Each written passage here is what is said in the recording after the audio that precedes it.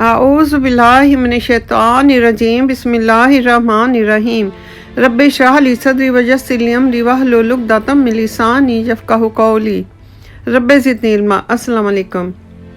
اللہ رب تعالیٰ نے جب حضرت ابراہیم علیہ السلام کو آگ میں جلنے سے محفوظ رکھا تو کچھ عرصے تو نمرود حیران پریشان اپنے کمرے میں بند رہا اور حضرت ابراہیم علیہ السلام پر ایمان لانے کے بارے میں سوچتا رہا۔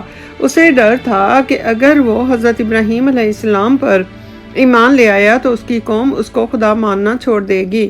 ادھر اس کی قوم کے لوگوں نے جو یہ نظارہ دیکھ رہے تھے کہ اتنی شدت کی آگ نے حضرت ابراہیم علیہ السلام پر کوئی اثر نہیں کیا تو ان میں اکثریت آپ علیہ السلام پر ایمان لے آئی۔ نمرود بادشاہ نے جب دیکھا کہ اس کی قوم کے لوگ تیزی سے حضرت ابراہیم علیہ السلام کے دین کو اپنانے لگے ہیں تب اسے اپنے تخت و تاج کی فکر ہوئی اور اس نے حضرت ابراہیم علیہ السلام کو ملک چھوڑ دینے کا حکم صادر کیا۔ غرض حضرت ابراہیم علیہ السلام نے رب تعالیٰ کی رضا سے ملک شام جانے کا ارادہ کیا۔ وہاں جا کر ایک شہر جو خزائن الوجہ کہلاتا ہے وہاں آپ علیہ السلام نے قیام کیا۔ اس شہر میں پہنچنے کے بعد کیا دیکھتے ہیں کہ ہزاروں کی تعداد میں لوگ نفیس لباس پہن کر ایک عظیم الشان میدان کی طرف چلے جا رہے ہیں۔ پوچھنے پر معلوم ہوا کہ تقریباً 7 دن ہو گئے ہیں لوگ اس میدان میں جمع ہوتے ہیں اور یہاں کی شہزادی میدان میں آتی ہے تاکہ وہ خود اپنی پسند کا دولہا اپنے لیے اس میدان کے لوگوں میں سے منتخب کرے۔ حضرت ابراہیم علیہ السلام بھی اسی میدان میں ایک گوشے میں جا بیٹھے۔ جب دوپہر ہوئی تمام لوگ حاضر ہو گئے تو شہزادی 70 کنیزوں کے ساتھ سر پر تاج زریں پہنے اور چہرے پر نقاب کے ساتھ اس میدان میں جلوہ گر ہوئی۔ شہزادی ایک سرے سے لوگوں کو دیکھنا شروع ہوئی۔ حضرت ابراہیم علیہ السلام کی طرف نظر کی، پیشانی پر نور محمد صلی اللہ علیہ وآلہ وسلم دیکھا اور حضرت ابراہیم علیہ السلام کو فوراً اپنی شادی کے لیے منتخب کر لیا۔ بادشاہ سلامت نے جب حضرت ابراہیم علیہ السلام کے نورانی چہرے پر نظر کی، پیشانی نور محمد صلی اللہ علیہ وآلہ وسلم سے روشن تھی۔ بادشاہ سلامت نے بیٹی کی طرف نگاہ کی اور کہا کہ اے بیٹی، نیک شوہر تو نے پایا ہے، گو کہ یہ غریب ہے۔ اور پھر حضرت ابراہیم علیہ السلام کی شادی شاہی رسم و رواج کے ساتھ بادشاہ کی دختر نیک اختر کے ساتھ کر دی گئی۔ شہزادی کا نام سائرہ خاتون تھا۔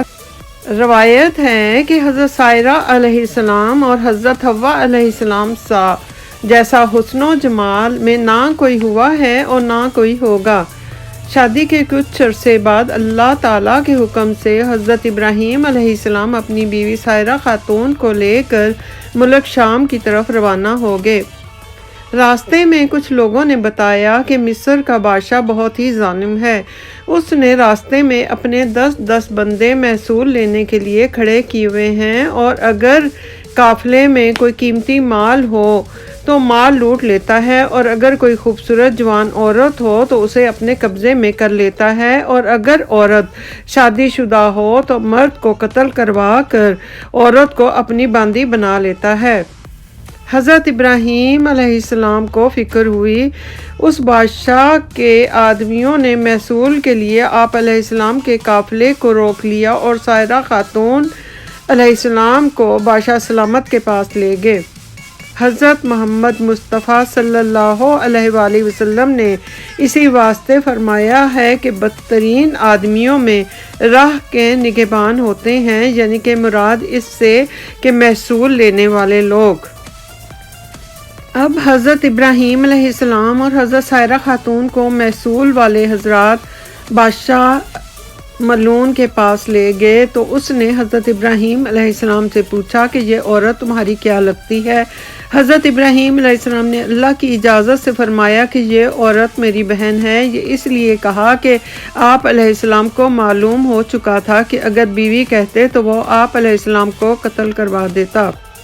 وہ ملعون بولا کہ تم اپنی بہن مجھے دے دو۔ تب حضرت ابراہیم علیہ السلام نے فرمایا کہ وہ اپنی ذات کی خود مالک ہے۔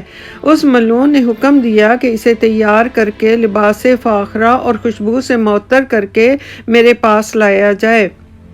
حضرت سائرہ خاتون کو تیار کر کے بادشاہ سلامت کی خلوت گاہ میں لے جایا گیا۔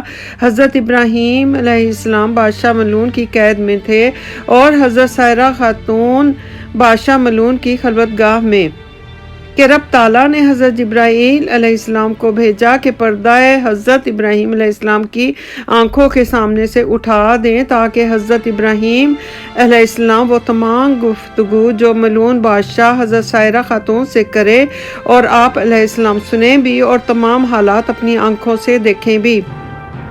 جب حسن و جمال اس ملعون نے اپنی آنکھوں سے حضرت سائرہ خاتون کا دیکھا تو دست درازی کے لیے ہاتھ بڑھایا، اسی وقت اس کے ہاتھ شل ہو گئے۔ پھر اس نے چاہا کہ بے ادبی کرے، تب رب تعالیٰ نے اسے زانوں تک زمین میں دھنسا دیا۔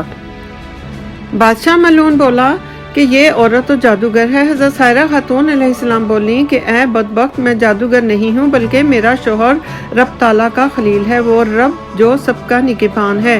یہ سن کر اس ملعون نے توبہ کی اور فوراً وہ اس کے ہاتھ پاؤں درست ہو گئے اور زمین نے بھی اسے چھوڑ دیا۔ اب پھر دوسری بار اس نے نگاہ بد سے حضرت سائرہ خاتون علیہ السلام کو دیکھا تو وہ اسی وقت اندھا ہو گیا۔ تب ملعون بولا کہ اے بی بی، میرے لیے دعا کرو کہ میری آنکھیں ٹھیک ہو جائیں۔ وہ پھر اللہ رب تعالیٰ کے حکم سے بھلا چنگا ہو گیا حضرت سائرہ خاتون علیہ السلام کی دعا سے۔ تب تیسری بار پھر اس نے غلبہ شیطانی سے عہد شکنی کرنا چاہی اور حضرت سائرہ خاتون علیہ السلام پر دست درازی کی خواہش کی۔ اسی وقت اس کا تمام بدن شل ہو گیا اور آنکھیں بھی جاتی رہیں۔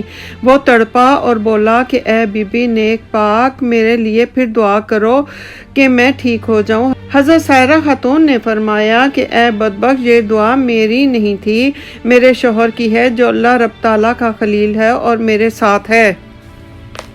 غرض یہ کہ حضرت ابراہیم علیہ السلام کو بلایا گیا۔ بادشاہ ملعون نے معافی مانگی اور کہا کہ میرے لیے دعا کریں کہ میں ٹھیک ہو جاؤں۔ حضرت ابراہیم علیہ السلام نے فرمایا کہ یہ میری مرضی نہیں ہے، یہ سب رب تعالیٰ کی مرضی ہے، جو رب کہے گا وہی ہوگا۔ اسی وقت حضرت جبرائیل علیہ السلام تشریف لائے، فرمایا کہ جب تک یہ تمام ملک اور اپنا تمام خزانہ تم کو نہ دے تم ہرگز اس سے راضی نہ ہونا۔ حضرت ابراہیم علیہ السلام نے بادشاہ سلامت سے یہ بات کہی کہ میرا رب ایسا فرماتا ہے۔